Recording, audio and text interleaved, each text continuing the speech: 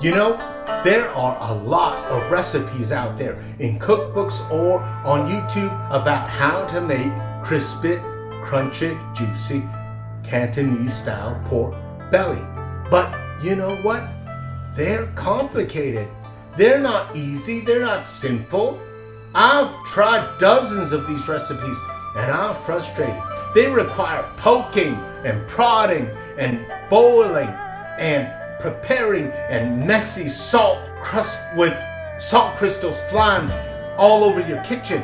I saw this one very reputable group where they tested hundreds, even they claim, of recipes, and they say the best way to do crispy pork belly is to deep fry. Have you ever tried to deep fry a pork belly in a shallow skillet in your kitchen? You might as well take the rest of the weekend off just to clean your house.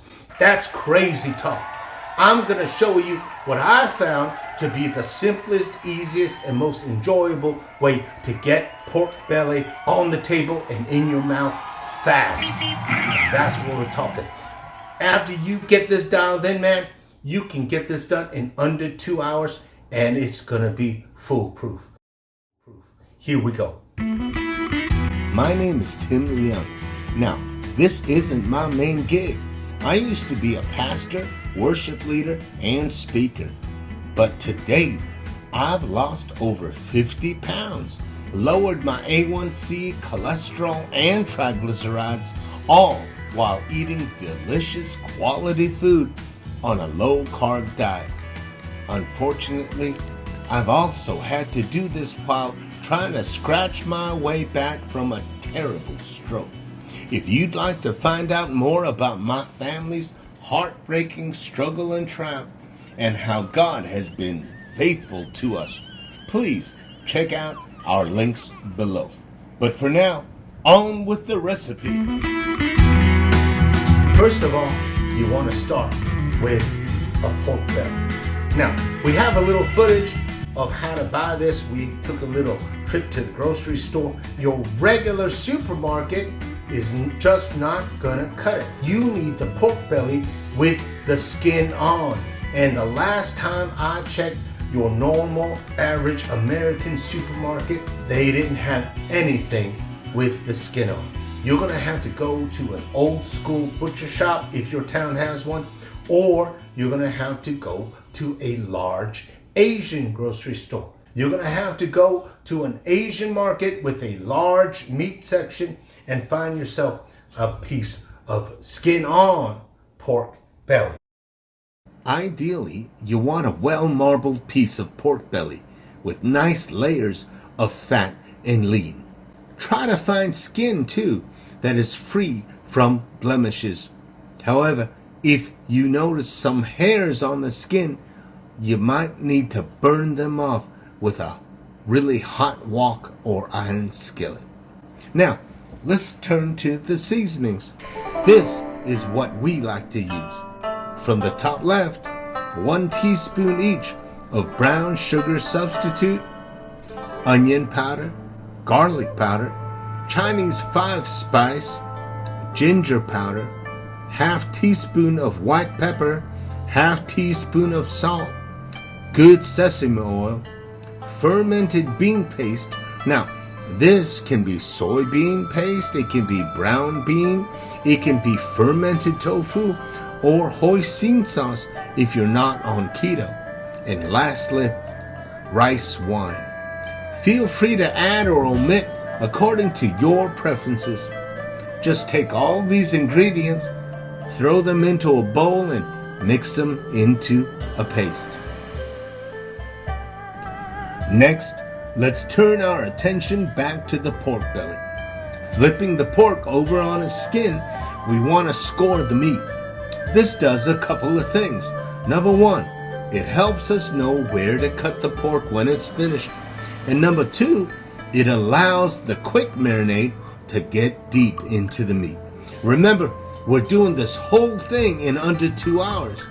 Because of this, don't forget to be a little heavy-handed with the seasonings, since we don't have a long time to marinate.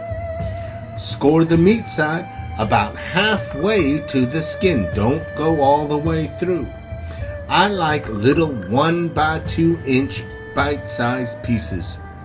This is because we usually use chopsticks. Once you get your pork to look a little bit like this, you can easily rub in the tasty paste. Now, once you've done that, flip the pork over, skin side up.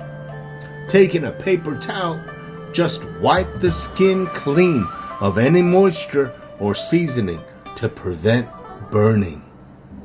Next, we want to protect the meat, keeping it juicy and succulent while drying out the skin. Now, this step is most important.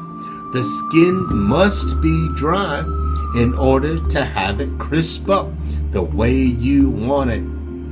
But like I promised you, you don't have to poke it, you don't have to prod it, you don't have to stick it in the fridge for 2.5 days. Simply take a piece of foil and make a little box or boat for your piece of pork belly. Here, you see me fumbling with a piece of foil. Though, I gotta tell you, pig origami is not my forte. My wife actually does a much better job than I do. Now, we found it best to take the pork foil train off and put it on top of another baking sheet. If by chance your pork belly is uneven, you need to level the surface of the skin. What I like to do is I just take a wad of tin foil and put it underneath the low spot to make the skin nice and even. At this point, most recipes will tell you to make a messy salt crust. I'm telling you, this recipe frees you from that altogether. Just brush with vinegar and lightly salt to taste. Now, don't fear the vinegar. Really, man, personally, I hate the smell of vinegar, and I understand if you're afraid of a sour finished product. You need this step. Trust me when I tell you all the vinegar will evaporate in the oven, taking with it excess moisture and any unpleasant taste or smell.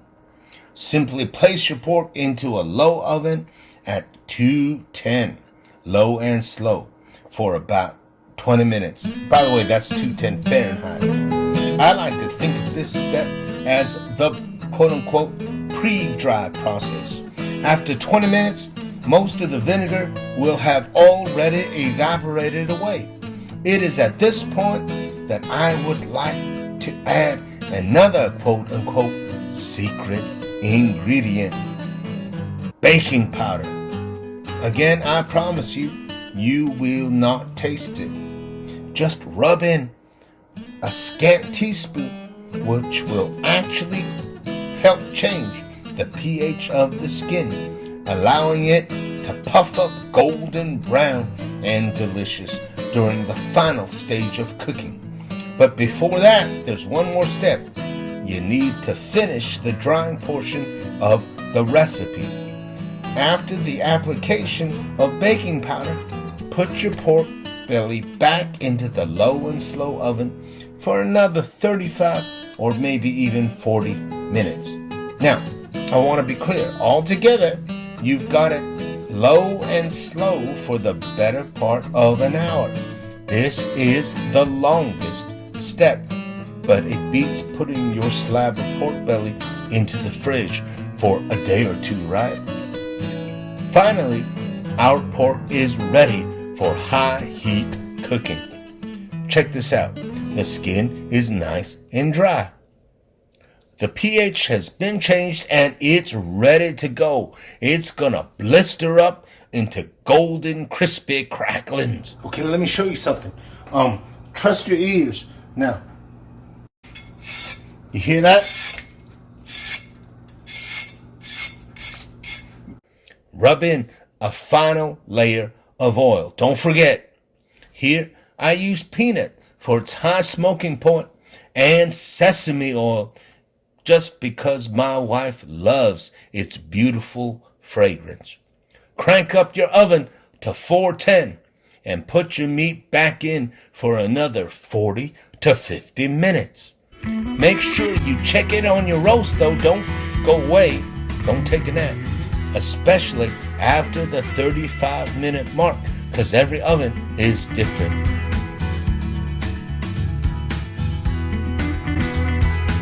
When the top looks golden, bubbly, and amazing, let it rest for a bit in order to soak up all the precious juices before cutting.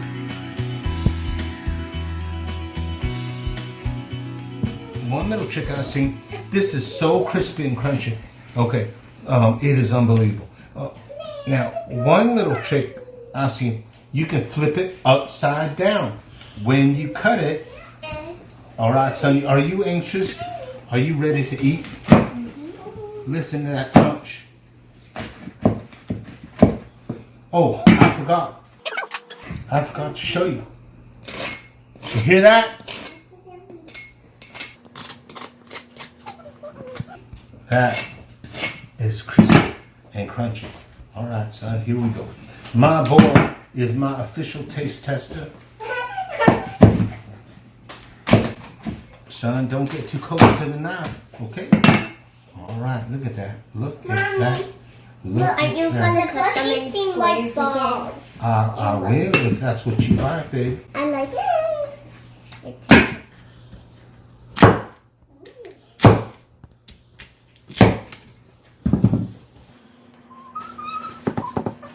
Get closer to that, babe.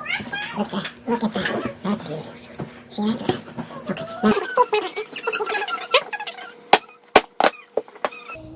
Now my boy, he loves hoisin sauce. Okay? Hoisin sauce, there you go, son. Man, I will give you, oh, look at this. There you go.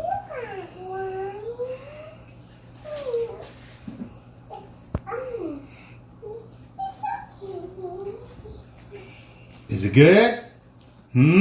Look at the camera. Tell him how good it is. It's good. All right. Now let's do the crunchy part. Oh, okay. This is the crunchy part. Now, come on. Ready? Crunch nice and loud.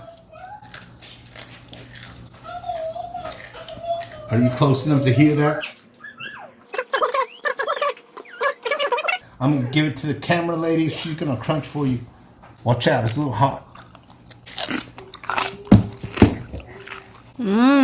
Crunchy.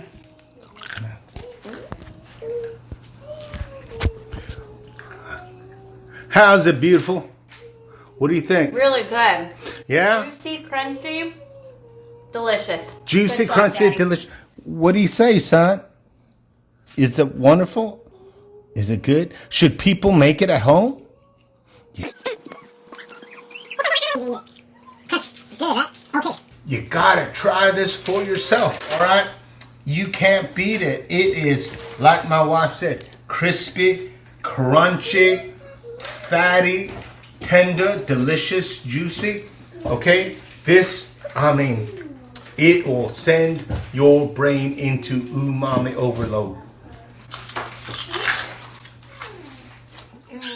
One more right here. Get closer with this. Do you like the meat? Again, if you want to hear more about our story and my stroke and how we've been scratching our way back from devastation, check out our links below. But meanwhile, check out our recipes.